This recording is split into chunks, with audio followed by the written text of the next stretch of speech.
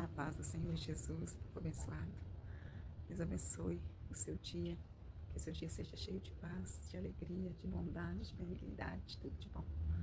E que a gente tenha um grande desejo no coração de buscar o reino do céu acima de tudo e fazer a vontade de Deus, cumprindo os mandamentos do Senhor, que é amar a Ele sobre todas as coisas e amar ao próximo como nós mesmos. Que todos os projetos que você projetou neste dia, você consiga cumprir eles. E você é capaz de fazer isso. Nós somos, capazes de fazer tudo o que Deus propôs no nosso coração, porque Deus dá pra gente o querer como também o fazer. Mas que acima de tudo, os planos de Deus se cumpram na nossa vida, que a vontade dele se cumpra na nossa vida. Mas ele também quer nos ajudar a realizar os nossos sonhos. O que a gente precisa fazer é fazer a nossa parte, levantar e fazer. Vamos fazer um momento de oração para a gente começar o nosso estudo da palavra. Hoje nós vamos ler o capítulo 6 de Salmos. Se você ainda não pegou a tua Bíblia, pegue a tua Bíblia para que a gente possa estudar juntos. O café vem por ouvir e ouvir a palavra de Deus. Vamos fazer o nosso momento de oração. Pai querido, nós queremos te agradecer por mais um dia de vida. Obrigada, Senhor.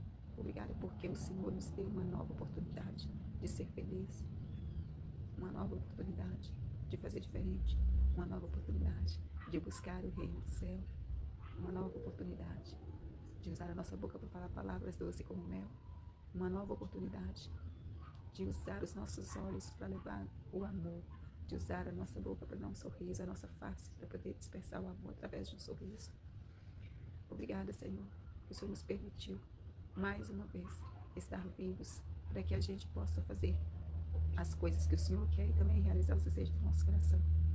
Senhor, perdoa os nossos pecados, as nossas ações, falhas e pensamentos. Senhor, nós queremos apresentar a Ti a nossa família, a nossa descendência. Pedimos, Senhor, que o Senhor nos ajude a ter em nosso coração somente sentimento bom. Nos ajude a ter na nossa mente somente pensamento bom.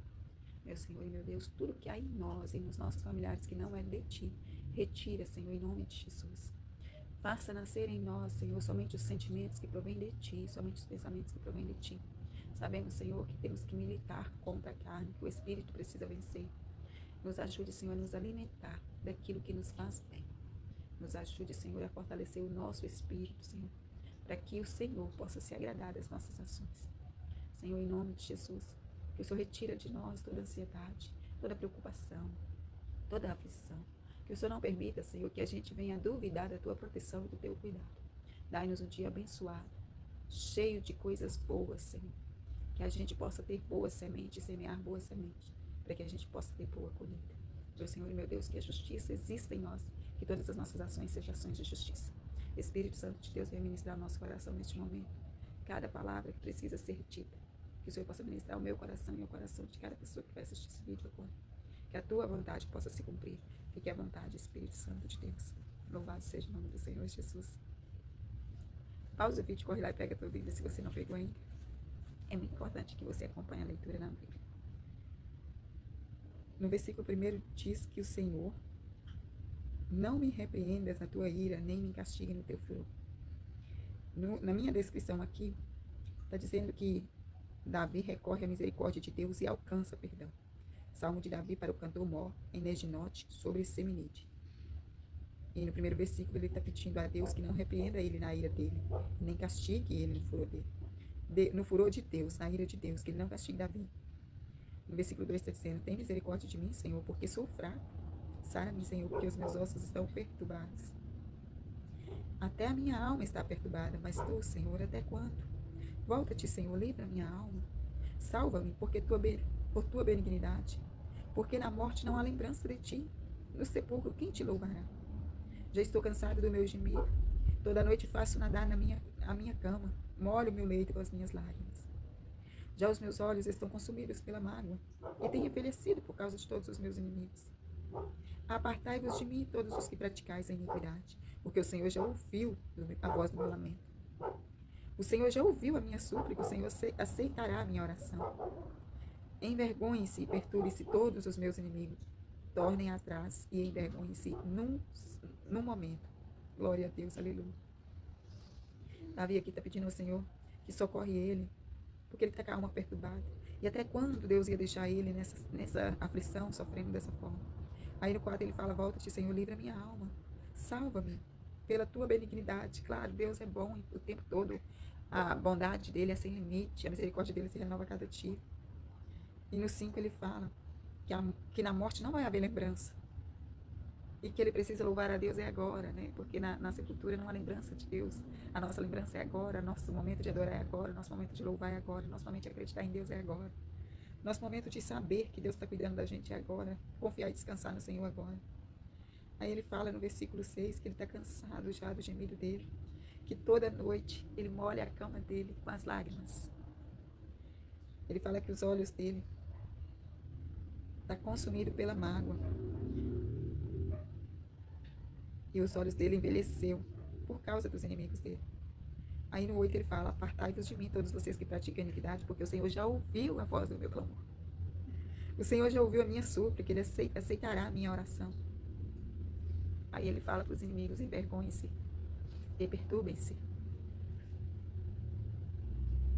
Fiquem atrás e envergonhem-se. Por que ele estava dizendo esse último versículo aqui? Porque ele já sabia que Deus estava entrando com providência para ouvir o clamor dele, para responder à súplica dele. E veja que, como ele estava muito aflito, várias vezes ele clamava ao Senhor na aflição, ele clamava ao Senhor na aflição.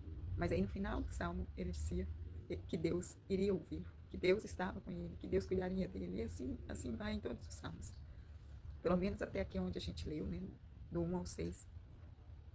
De todos eles, houve um momento de reconhecimento da parte de Davi pelo nosso Pai que cuida da gente, né? Que ouve as nossas orações, é que ele está dizendo que ele vai ouvir o clamor dele. E nós sabemos que o nosso Deus ouve o nosso clamor. Nós sabemos que ele está conosco. Foi permitido Davi passar por essa aflição. Quem conhece a história de Davi era um homem segundo o coração de Deus. Desde que Davi foi ungido por Samuel, ele já estava ali cuidando das ovelhas, porque ele era pastor, mas ele já era segundo o coração de Deus. Ele tocava um instrumento, que agora no momento não estou me lembrando. Ele tocava um instrumento, e esse instrumento que ele tocava era para adorar a Deus. Depois que ele foi ungido, Deus permitiu que entrasse um espírito de loucura em Saul. E Saul chamava Davi para Davi tocar esse instrumento perto dele. E toda vez que Davi tocava esse instrumento perto de Saul, Saul se aquietava. Ele se acalmava. E aí, houve um tempo em que Davi foi para o exército de Saul. E ele foi para o exército de Saul porque estavam ali reunidos para a batalha em um local. Os guerreiros de Saul iam guerrear contra os filisteus. E não havia ninguém que iria enfrentar o gigante. E Davi enfrentou em nome de Deus. Ele deixou bem claro que ele estava enfrentando em nome de Deus. E quando ele foi falar com Saul, deixe que eu vá, em nome de Deus, eu venci um urso e venci também um leão. E foi Deus que me deu a vitória. E ele foi e venceu o gigante Golias com pedras. Fala que ele colocou pedras no alforje, lançou uma pedra e acertou a testa de Golias e ele caiu. E Golias era um gigante. Ele caiu pela força de Davi? Não. Ele caiu pela força de Deus. Quem venceu foi Deus, através da mão de Davi. Mas Davi era um jovem, não tinha tanta força assim para jogar uma pedra a ponto de acertar a fonte do gigante ou um local no gigante ali, bem sensível a ponto dele cair. Então, tudo que acontece na vida da gente é segundo a vontade de Deus. Nós mesmos, de nós mesmos, não temos força nenhuma. Nós somos imagem e semelhança de Deus. Então, Deus, desde que nos criou, já deixou Ele em nós, imagem e semelhança dele em nós. Depois que a gente se reconciliou com Ele, que veio Jesus e nos salvou, e nós o aceitamos como nosso Salvador, aceitamos Jesus, conhecemos o nosso Deus através de Jesus, Ele nos deu uma força maior, que é o Espírito Santo de Deus. É essa força que nos faz vencer todos os dias, nos faz ficar de pé, nos dá sabedoria, nos dá discernimento. É essa força que nos guarda, nos livra, nos mostra o caminho certo. O Espírito Santo de Deus, que também é Deus em nós, né? Porque o Pai, o Filho e o Espírito Santo é a mesma pessoa. E ali Davi venceu o gigante. E depois disso, Davi foi para o palácio e ele virou o maior guerreiro de Saul. Ele matava mais do que Saul. Matava porque naquela época existia guerra por limites de terra. E era normal naquela época. E Davi venceu porque Deus queria exaltar ele. Queria exaltar ele e exaltou. Houve um tempo que ele já estava ungido como rei. Saul percebeu e quis matar Davi. Foi quando Davi começou a fugir E ele fugindo, Deus o protegeu em todo o tempo. Futuramente, Saul morreu. E Jonatas também. Jonatas era o melhor amigo de Davi. Saul morreu. Não foi porque Davi mandou matar e nem matou, porque Davi falou que ele não podia tocar no ungido do Senhor. Veja o temor de Davi. Ele não podia tocar no ungido do Senhor. Por que ele não matou? Davi não matou Saul? Porque Saul era ungido de Deus. Davi também era. Só que não foi permissão de Deus que ele matasse Saul. Então ele fugiu anos e anos. Mesmo sendo ungido como rei, ele fugiu anos e anos. Até que Saul morreu, porque Deus permitiu que Saul morresse. E Davi voltou e reinou no lugar de Saul. Quando Davi reinou no lugar de Saul, num certo tempo, Davi pecou com Batseba. Batseba estava tomando banho e Davi viu. Quer dizer, ele pecou com o olhar e, infelizmente, pecou com o coração e pecou com as ações. É por isso que na nossa vida a gente tem que vigiar o que a gente olha. Às vezes, quando eu vou falar com vocês sobre o pecado da carne, eu falo para vocês, cuidado com o que vocês veem no telefone, cuidado com o que vocês assistem na televisão, cuidado com o que vocês veem, cuidado com o que vocês se alimentam, cuidado com o que vocês põem dentro do coração, cuidado com o que vocês põem na mente. Nós devemos nos alimentar daquilo que nos fortalece. Aquilo que nos fortalece é a palavra do Senhor, bons pensamentos, bons sentimentos. Davi, quando viu Batseba, ele se alimentou da carne, né? Teve desejo por ela, já pecou no pensamento. Mas ele não ficou só no pensamento. Ele mandou buscar ela, perguntou quem era. Falaram para ele, ela é a esposa de Urias. Urias era um dos guerreiros dele, que batalhava pelo reino, né? E ele mandou buscar Batseba. E ela engravidou. Quando ela engravidou e falou para ele, ele mandou colocar Urias na frente da batalha, de propósito. O homem que era segundo o coração de Deus, quando por um deslize olhou para a janela dele, pecou com os olhos e também com as ações, cometeu um adultério e também tramou o mal contra Urias. Mandou colocar Urias na frente da batalha para que ele morresse. Mas não foi isso que ele falou ele ordenou. Ele falou, põe ele na frente da batalha. Mas no coração de Davi ele já sabia, põe ele na frente da batalha porque ele vai morrer. Porque ele queria Batseba para ele. E assim aconteceu. Colocou Urias na frente da batalha. Urias morreu e ele pegou Batseba para ele. O filho de Batseba morreu. Quando ele pegou Batseba para ele, chegou um profeta nele. Deus, que ele tinha tirado a única felicidade de Urias. E que ele tinha matado Urias de maldade. E quando ele falou isso para Davi, Davi se arrependeu amargamente, se arrependeu profundamente.